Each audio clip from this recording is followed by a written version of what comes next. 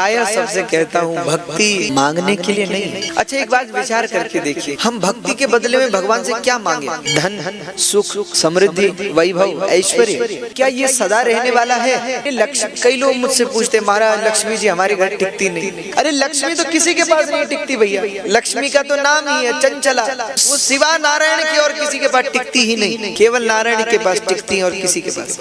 तुम चाहते हो कि लक्ष्मी जी जाएं, नहीं बस आएं, ऐसा कैसे होगा?